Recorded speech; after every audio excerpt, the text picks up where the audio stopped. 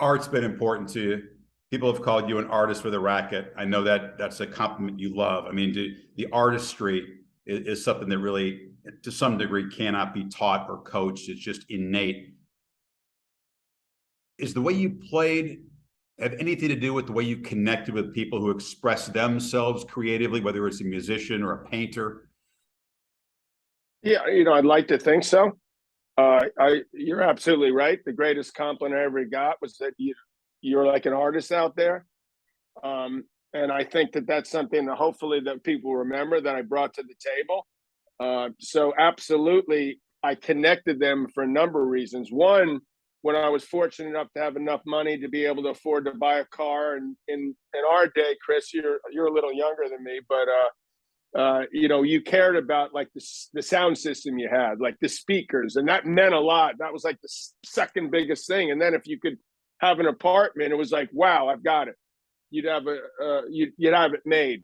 But after that, when I first started going around with my late great buddy Vitas Gerulaitis, he started taking me to a lot of artist studios and galleries in Soho, which is in downtown New York.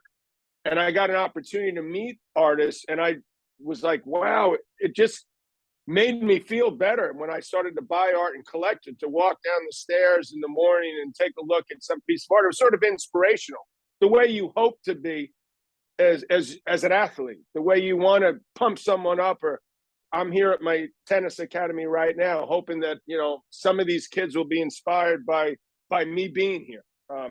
And the other part of the art that I really respect is they're out there on an island like a tennis player. They're by themselves. You walk into a show, it's sort of like you walk out. What could possibly be better than walking to the center court of Wimbledon, for example, and doing your thing? Well, that is sort of similar. If you walk into this show and it's packed and people are like, wow, this is incredible.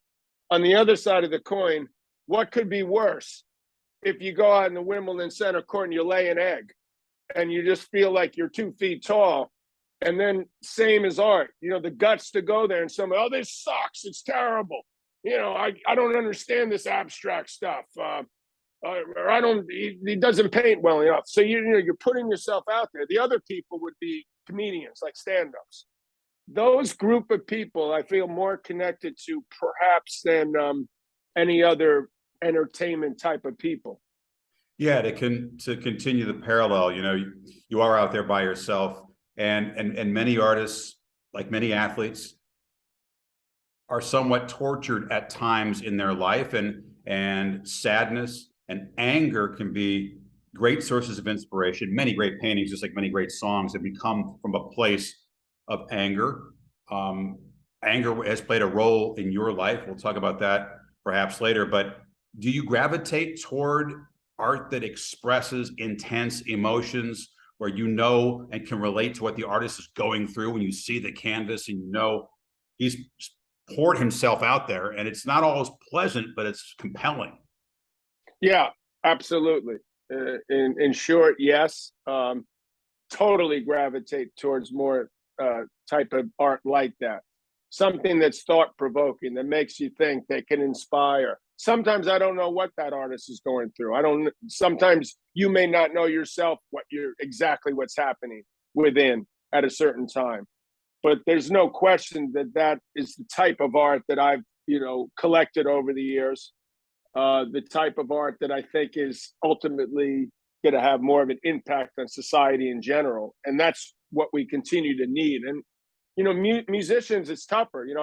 I've been with my wife 28 years, and it sort of feels like, from what I see with her, that you write more often, like you said, when things are sort of down, or they're not, it's easier to write sort of songs like that than upbeat, peppy songs, so, and it feels like it's sort of a shame, because then it's sort of, the biggest thing for me is I'd want my other half to be happy, and fulfilled.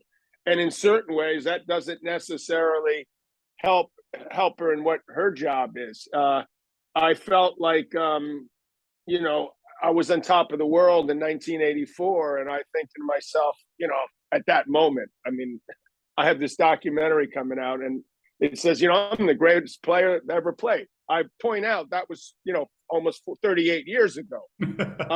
I wish I could say that now, but I can't. But at that time, I was like on top of the world, and certainly part of it was amazing, but part of it wasn't that amazing.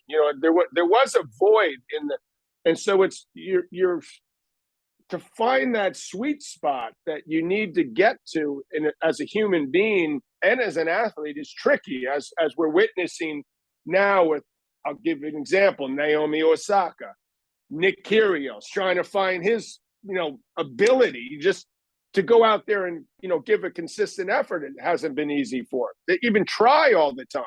So there's a lot more to it than meets the eye. So I'm actually thankful that over the course of time, I've done it with you for many years, but as a commentator, yes, you're a backseat driver, but you also want to be supporter as best you can, as long as you see people giving that all-out effort. That's the one thing I really don't like.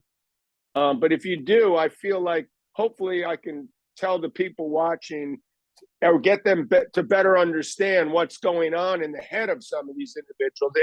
Sometimes it can be unbelievably easy when it's all working, but most of the time it isn't.